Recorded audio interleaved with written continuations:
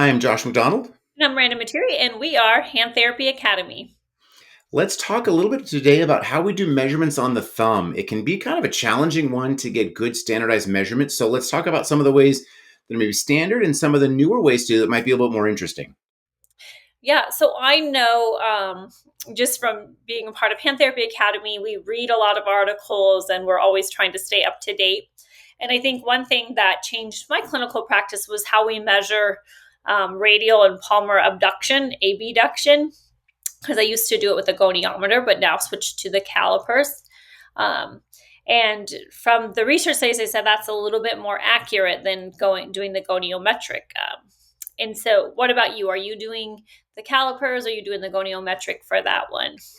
So we're doing the goniometry. We're doing kind of a standard. Now we have our little pocket goniometer that we use that we line up on the axis of pivot on the scapho trapezial trapezoid joint with the mobile and the static arms on first and second metacarpals. All that. I tried the calipers. And I tried it with a therapist, and we tried to when we first read this article and thought, oh, that sounds kind of cool. I even had calipers I brought in, and we tried it. He and I struggled to find a standardization about where we were putting the points of the calipers. Was it on like we didn't always see eye to eye in the moment on our testing about where the apex of those two joints were? And so I found there was some variation where we didn't have variation with the goniometer. Like we laid things right where they we matched each other. And I think that intra-rater or inter-rater reliability was more consistent with the goniometer than it was with the calipers. I don't know nothing wrong with the calipers. We just couldn't seem to match. Oh, that's interesting. I felt like, at least for my intra-rater, so um, rater reliability is basically you measuring it yourself, right, over and over how consistent you are. I feel like that is much better for me. But I can't say I went as far as you did and did the inter-rater reliability where I tested it with my peers.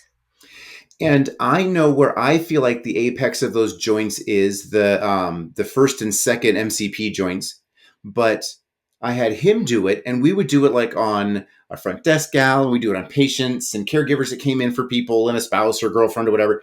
And we found that we were putting them in different spots. And we're like, well, how come you got a bigger measurement than I did? And he's like, well, here's the apex. I'm like, well, if there's a 2 millimeter difference on both metacarpal heads, that can look like a significant difference on your progress report measurement if he does it after I did the eval or something like that. Yeah, that's interesting. But I like the idea. If you haven't seen what a caliper is, it's this sliding measurement tool that measures distance between 2 points. So instead of measuring an angle of that first to second metacarpal angle, you're measuring the distance between the first and second metacarpal phalangeal heads. Just a different number that represents the same change from eval to progress report, but you've got to have consistency between your own measurements and across other therapists as well. Yeah, that's interesting. I felt like, well, at least for the goniometer, are you using the half moon one, or are you using the ones with the longer We're handles? using we're using our pocket goniometer. I feel like I'm honestly from a sense of convenience. I feel like the longer but skinny goniometer works well, but I have to grab it out if I wouldn't otherwise need it. Like I use that one for wrist flexion extension, radial ulnar deviation, but if I'm not doing that, I don't have that out. And so I feel like I can still be consistent with the pocket goniometer that's that half moon shape. Yeah. But Well, that's interesting. I think that would be an interesting study to compare the pocket goniometer with the longer handles, just because I feel like with the longer one, you're more likely to account for some of their hypermobility if they have any. You have to be really, I think, more precise and accurate with how you line it up. So I almost feel like the pocket one, and this is just kind of my theory, is that it might be actually a little better than the longer one.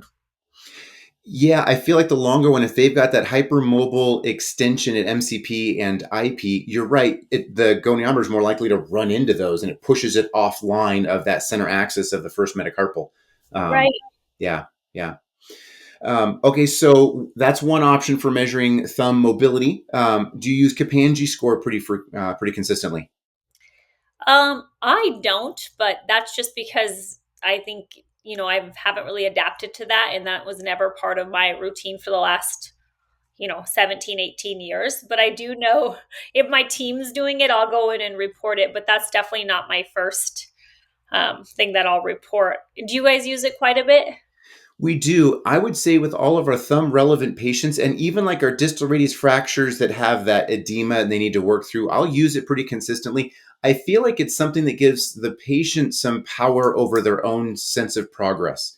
They get a sense of like, oh, okay, now I can touch this fingertip and now I can touch this one. It's supposed to be more functional measure. I feel like it's six of one, half a dozen of the other. It's not like it gives me any better reading of their change in status, but it's super quick and easy to do. And it gives me a little bit more functional. You do have to kind of be careful though that they're not getting pad of the thumb, that it's supposed to be truly tip of the thumb to tip of each of the fingers or that crease on the index or small. Yeah, I can understand how that would be, where you have to be more careful with it.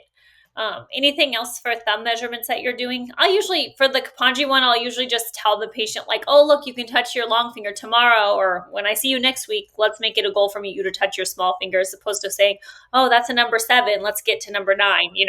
Yeah, yeah. And I have some patients that kind of get excited about the number system, but they're going to get excited. Those are the more type A patients who want an objective measure, something specific. So Those engineers probably. right, right.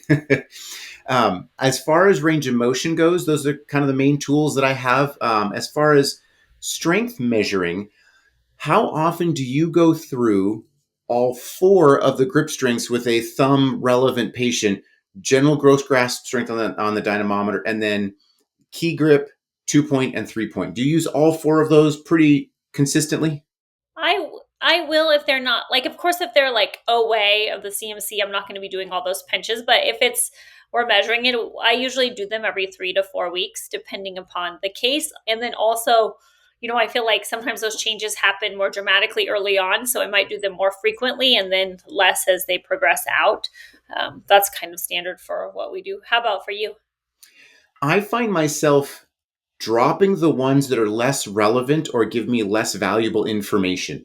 Like let's assume it's not an arthritis and it's not contraindicated. If it's a thumb relevant patient, I'm doing grip strength, I'll do lateral or a key grip, and then I'll do tip or 2-point. But a lot of times I'm not also doing 3-point. If they've got a long finger diagnosis or something like a third metacarpal or something, then I for sure will.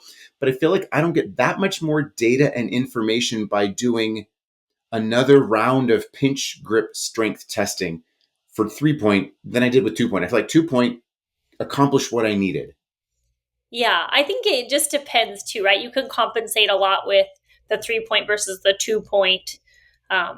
If it's an index finger, you might want to see, I don't know. I just think it's interesting. You might want to see if they're actually, because I like to see the measure and see from those 2 points, are they compensating at all using their other digit as opposed to just their index? Yeah. And I feel like that data helps a little bit, but yeah, probably not necessary. I've never plotted it. I've never graphed it out, but I think it would be interesting to see across our, orthopedic acute trauma patients, if their tip pinch follows this graph of improvement, how closely does the 3-point follow that same graph of improvement, that it becomes a redundant measure? Or does it give me information because there's a split between the two? Like how big of a split should there be between the two? And so it would be interesting to track that and say, what does that tell me about their rehab if there isn't a difference, if it follows the same correlation, or if there's supposed to be a certain gap, like dominant, non-dominant hand strength is supposed to be a certain gap. Are those supposed to be? And I don't know that I've ever seen that. Yeah, I think that would be interesting. Yeah. Add it to the list. All good things to do in research. Maybe we'll ask some capstone students from some of our universities to trial that one out. That would be interesting. Yeah, there you go. That's a good idea. Yeah. All right. Well, it'd be interesting if you guys have any other measurement tools you use for range of motion or for strength testing or any other thoughts. Certainly comment back here, or you can reach out to us on our email, info@handtherapyacademy.com, or on our social media platforms, Hand Therapy Academy.